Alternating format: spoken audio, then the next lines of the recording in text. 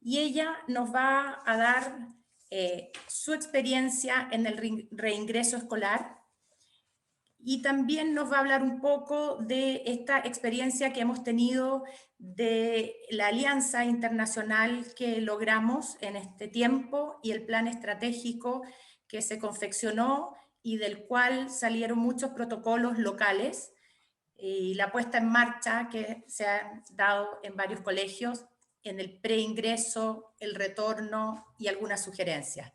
Bienvenida, Estela. Hola, buenas tardes. ¿Se ve? Sí, Estela, muy bien. ¿Y se escucha? Sí, perfecto. Más fuerte. Trata de hablar más fuerte. Espérame un segundito, si me pongo el teléfono, a lo mejor ando más rápido. ¿Ahí se escucha mejor? Sí, mucho mejor.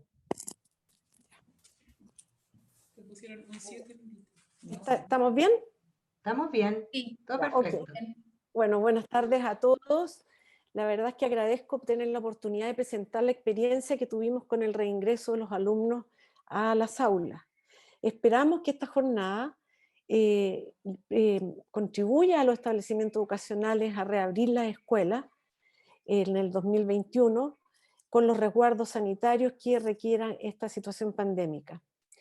Mencionarles que en el caso de esta presentación, Chile tiene 11.000 colegios aproximadamente, de los cuales solamente el 10% ha regresado a clases y parcialmente, no todos con el colegio completo.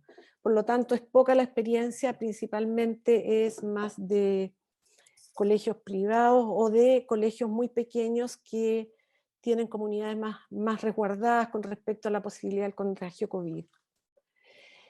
Bueno, el plan que nosotros aplicamos fue basado en el Plan Estratégico de Enfermería Escolar que elaboró la Alianza Internacional de Enfermeras Escolares a principios de la pandemia, que tuvo el objeto, o sea, digamos, nos reunimos enfermeras latinoamericanas y de España, de manera de unir los criterios porque sabíamos lo que se nos venía al reingresar, digamos, los colegios a clase en situación pandémica. Por lo tanto, este plan fue fundamental para muchos de nosotros para poder aplicarlo en los colegios. Si ustedes se fijan, hay un triángulo, ese es el triángulo epidemiológico, en donde arriba tenemos la comunidad educativa como el huésped, la infraestructura que sería el ambiente, y en el lado izquierdo abajo está el SARS-CoV-2 como agente manifestado en los espacios y objetos de uso frecuente. Este plan tiene dos etapas que son muy importantes: el pre-retorno y el retorno. El pre-retorno es la etapa en donde vamos a cimentar todo lo que vamos a aplicar en el retorno. Por lo tanto, este pre-retorno es muy laborioso y es fundamental que se haga antes de que lleguen los niños al colegio. Esto no está exento de problemas y de repente de coordinaciones y de poder llegar a acuerdos, ¿ya? Porque esto, como es un virus, si no se ve, es distinto a que yo tenga una emergencia de un incendio o que tenga una emergencia por un sismo, ¿ya? Esto es un virus, no se ve, es invisible. Es una emergencia sanitaria y esa emergencia sanitaria es la que ha tenido un poco de problemas para que la comunidad educativa en general y también los directivos del colegio puedan entender la cabalidad.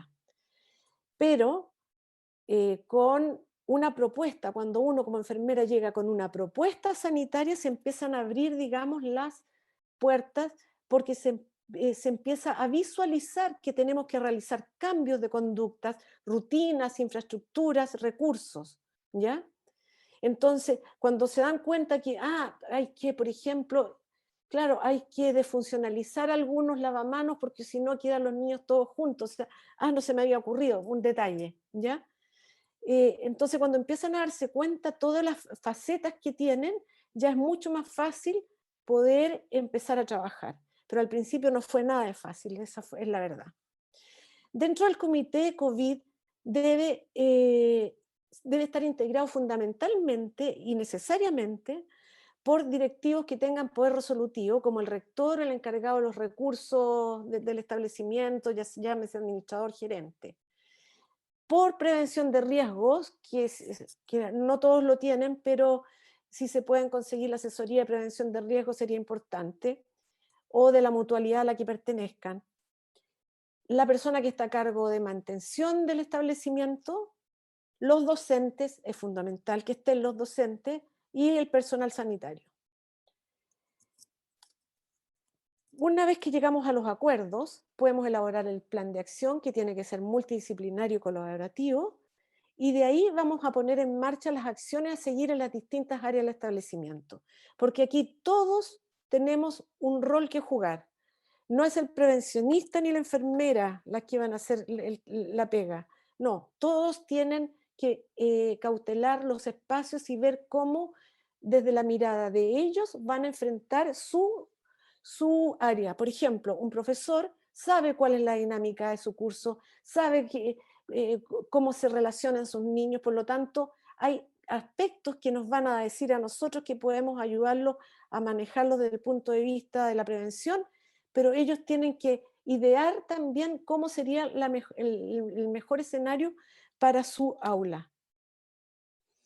Luego de esto, en la parte sanitaria, tenemos que hacer un diagnóstico de la comunidad, que es un diagnóstico de las familias y un diagnóstico de los funcionarios, en base a la detección de los factores de riesgo que tienen las familias, los alumnos y también los funcionarios. ¿Qué objeto tiene esto? Poder orientarlos, derivarlos y hacer seguimiento. En el caso de las familias, por ejemplo, ¿por qué es importante? Porque podemos tener un niño con diabetes insulino dependiente, podemos tener un niño con alguna enfermedad inmunodepresora, o podemos tener un papá que está con un tratamiento de quimioterapia y ese niño, por lo tanto, no sería conveniente que asistiera al colegio, a lo menos al inicio, porque podría ser un posible vector, ¿ya? O transmisor de la enfermedad. Entonces hay que tener claro cuáles son las condiciones de nuestros niños y las que los rodean.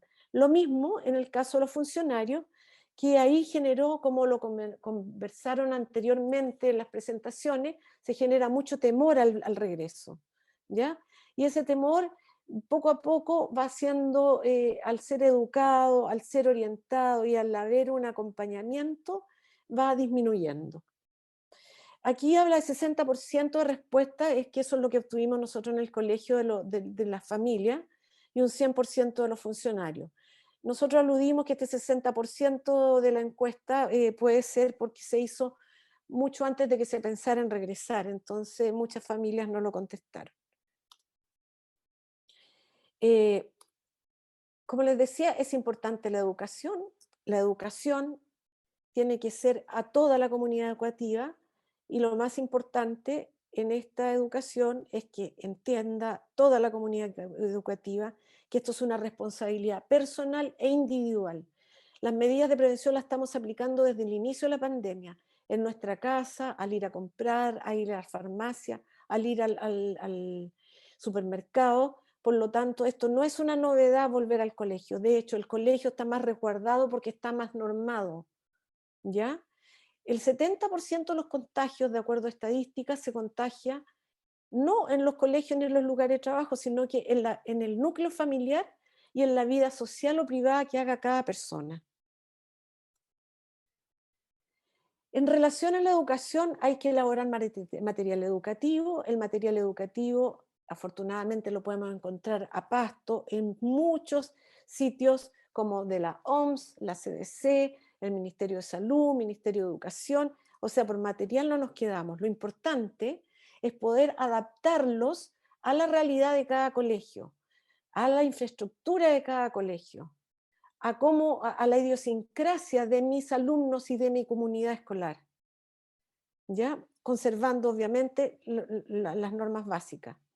Y en el caso de colegios que son de provincia, más que provincia, de pueblos, lugares muy lejanos que no tienen mucha conectividad y que cuesta conectarse con los apoderados, con los alumnos, Existen las radios comunales, existen organizaciones comunitarias en donde se puede transmitir el mensaje que necesariamente tenemos que enviar para el retorno a las salas de clases.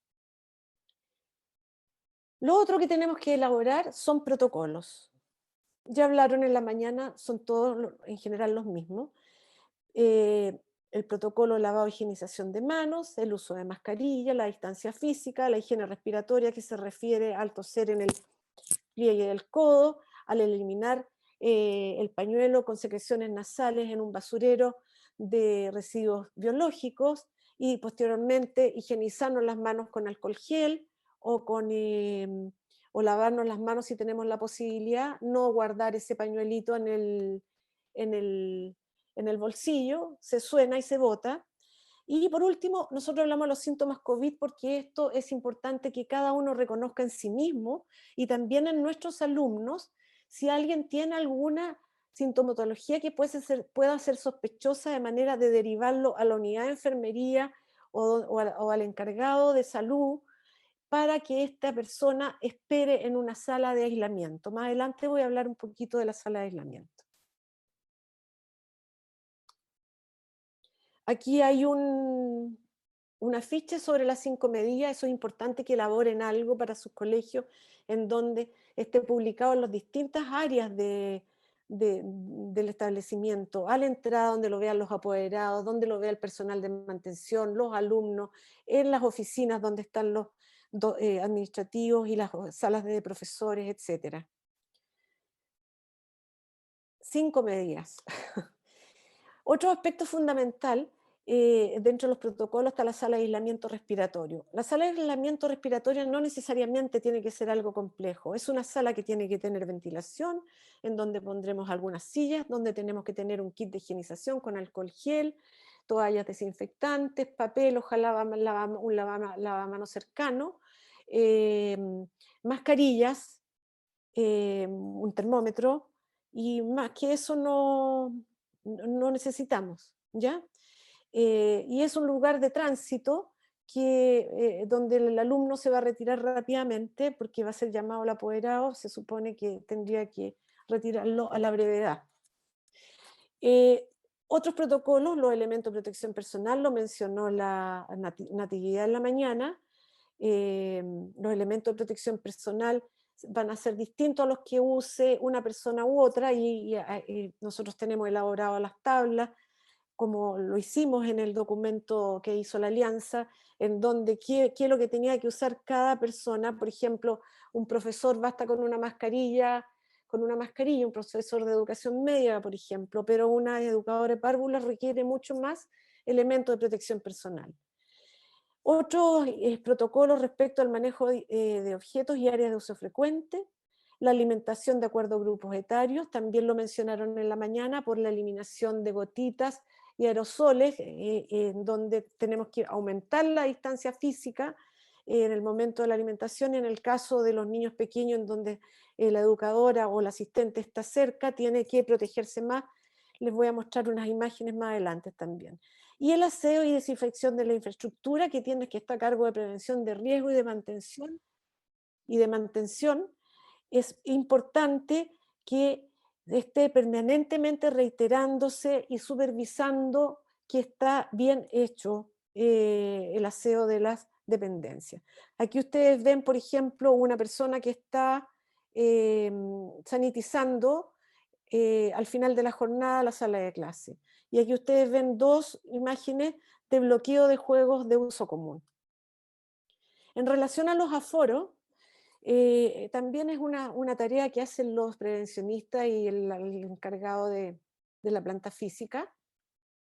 Eso es un AutoCAD en donde se vio qué cantidades de bancos caben en una sala con una cantidad de metros cuadrados. Por lo tanto, es importante que se haga bien el cálculo en ese sentido. Nosotros como sociedad nos adscribimos más a la normativa de la CDC y de la OMS, donde habla de 1,8 metros cuadrados, por último ya 1,5, pero la verdad es que sabemos que a mayor distancia menos posibilidades. pero si hay colegios que no tienen la infraestructura como para acoger ese metraje, por último, habría que regirse al metro que dice el Ministerio de Educación. Los aforos tienen que estar marcados en cada dependencia, como lo ven en la primera imagen. Acá tenemos bloqueos de urinario en este caso y bloqueo de lavamanos. La idea es de que los niños no se junten en ese momento uno al lado del otro lavándose las manos. Les voy a poner un ejemplo para qué es lo que tiene que poner atención uno. Por ejemplo, este urinario que está aquí, no sé, el que está sin el bloqueo, estaba al lado de un lavamanos que estaba sin bloqueo. Por lo tanto, los dos niños quedaban tocándose los hombros o la espalda. Entonces hay que tener cuidado cómo pongo, cómo bloqueo. Tampoco, por ejemplo, también tuvimos un problema nosotros, se bloquearon lavamanos que estaban pegados a donde estaba el dispensador de jabón. Por lo tanto, obligadamente un niño pasaba pegado al otro para sacar el jabón porque estaba lavándose las manos. Por lo tanto, hay que fijarse en ese tipo de situaciones. Se me está acabando la batería.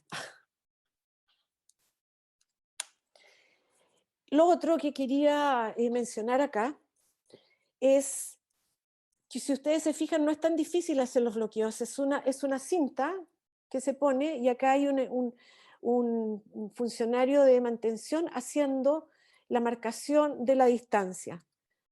Se puede hacer en forma simple y no cara. Las vías de circulación tienen que estar marcadas y además tienen que, nosotros todos como comunidad, hacer respetar, digamos, que estas vías de circulación se respeten. Todos somos comunidad, todos tenemos que solicitar eso. Por ejemplo, si tenemos un grupo de apoderados afuera conversando entre ellos, amablemente decirles, por favor, agradecemos a ustedes, mantener la distancia, qué sé yo, pero tenemos que estar presentes, es la única forma que nos podamos resguardar y que esto nos resulte. La adecuación de espacio, aquí ustedes ven una mesa, pero no tiene un acrílico, estos están separados, estas dos mesitas, por un acrílico, ¿ya? Y eso hay que adecuarlo en todo, por ejemplo, personas que tienen públicos también van con un acrílico. En cuanto a los nuevos recursos, por ejemplo, este colegio fue súper ingenioso y puso 4 lavamanos en el patio con materiales reusables, creo que son bancos antiguos eso, y con basureros, para poder aumentar la cantidad de lavamanos que se requiere, ya que las veces que los niños tienen que lavarse las manos durante la jornada escolar es muchas más de las que hacían habitualmente. Aquí vemos la llegada de contenedores plásticos para los útiles escolares de los chicos que son individuales. En estos casos, en este caso era para sala cuna.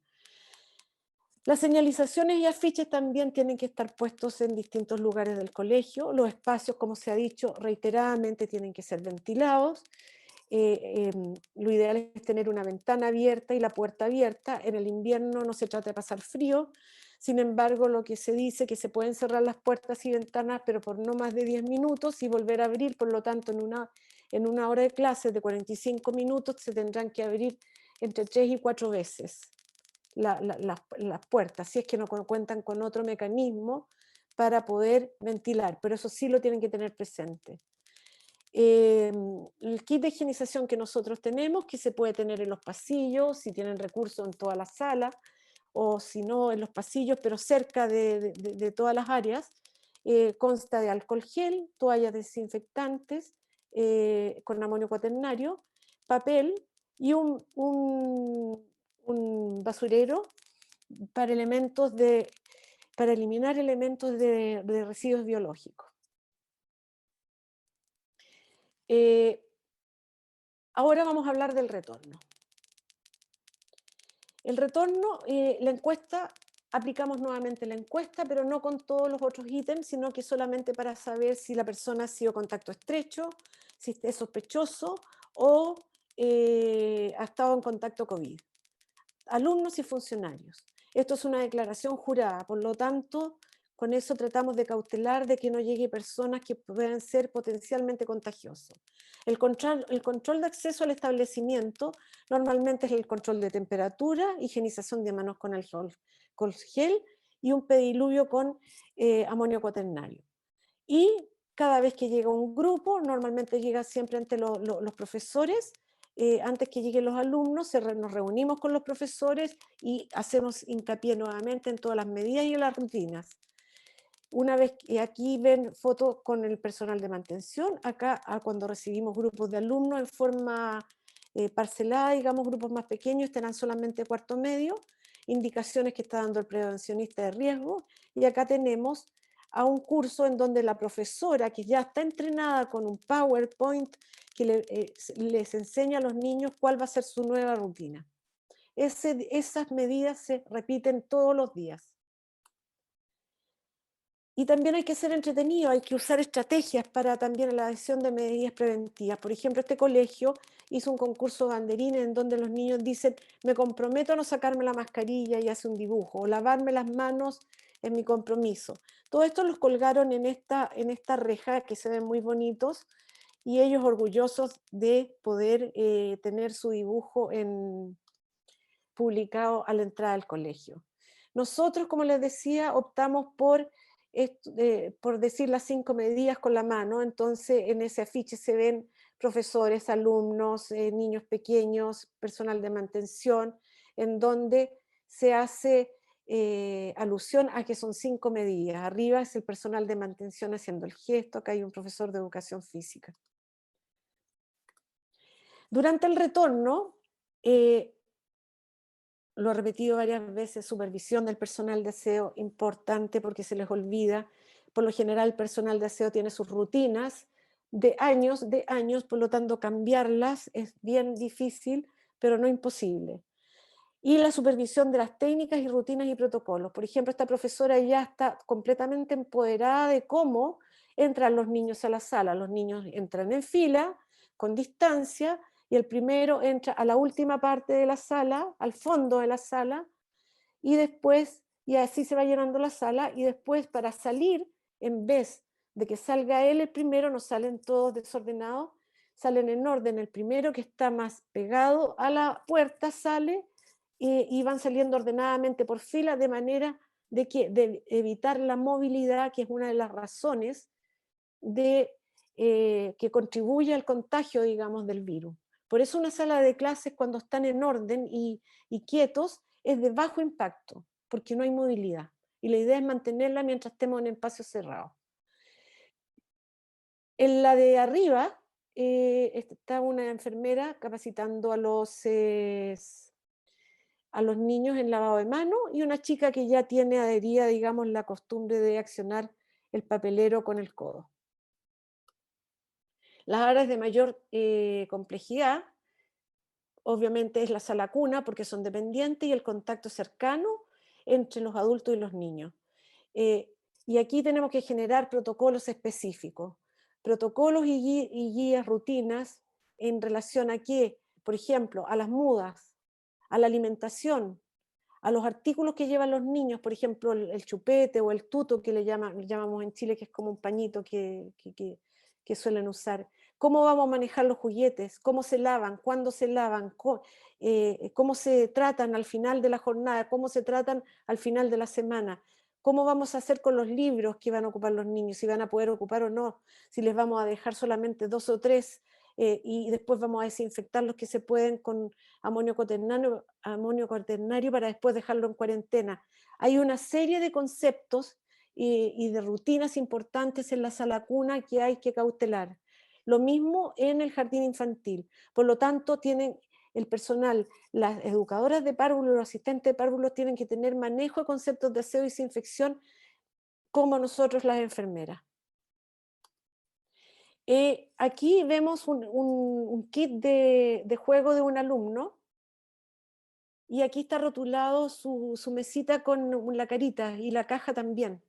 Acá tenemos en el momento de alimentación, normalmente la educadora usa esta bata celeste, y para el momento de la alimentación usa cofia, y esta pechera blanca que se desinfecta, usamos alcohol generalmente, o una solución con cloro para desinfectar ¿cómo se llama? 5 minutos. Ya, la pechera. También se usa una pechera de otro color, pero es para las mudas, no se intercambian. Este es solamente para alimentación. Como les decía, lo del jardín infantil es relativamente lo mismo, lo único que ellos tienen mayor autovalencia y nosotros como enfermera podemos actuar con ellos más, trabajar más con ellos, porque, para explicarles las rutinas, ¿ya? Porque están en posibilidad de atender más que los chicos de sala cuna.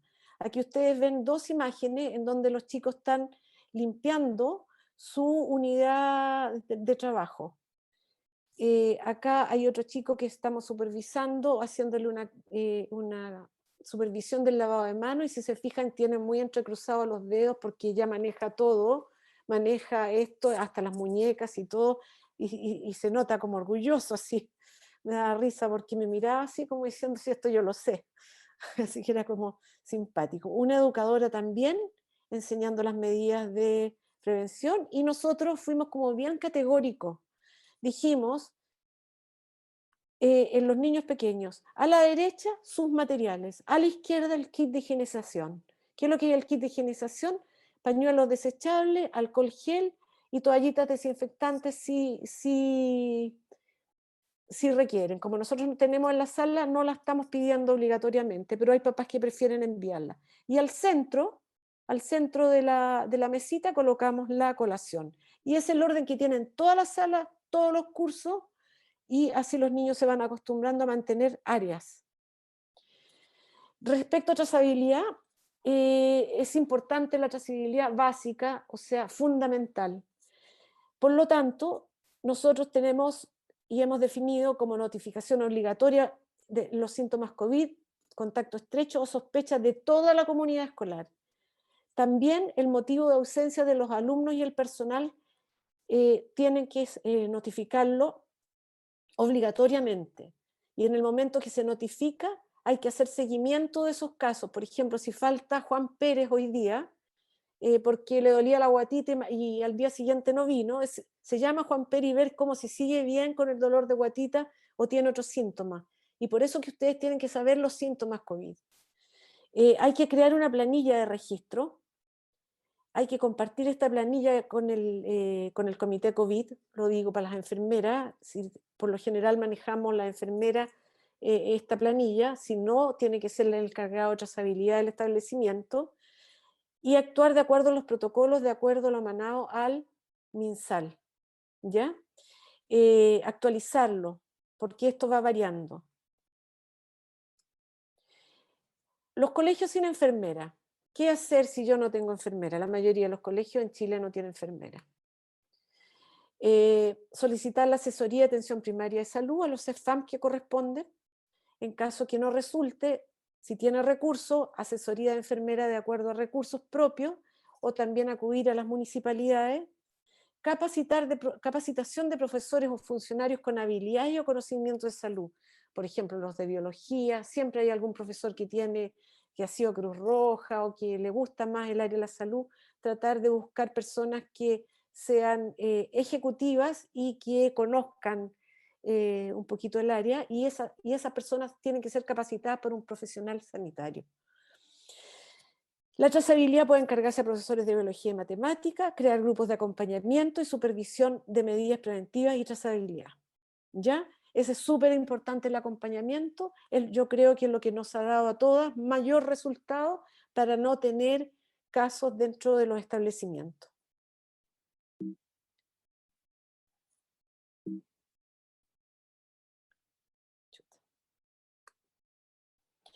Ahora, consideraciones para asegurar el éxito del plan de acción. Esto puede parecer súper general, no sé.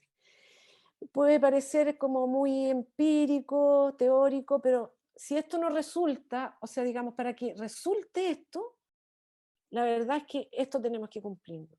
El trabajo es con un equipo multidisciplinario, directivos, salud, docentes, prevención de riesgo, encargado de planta física.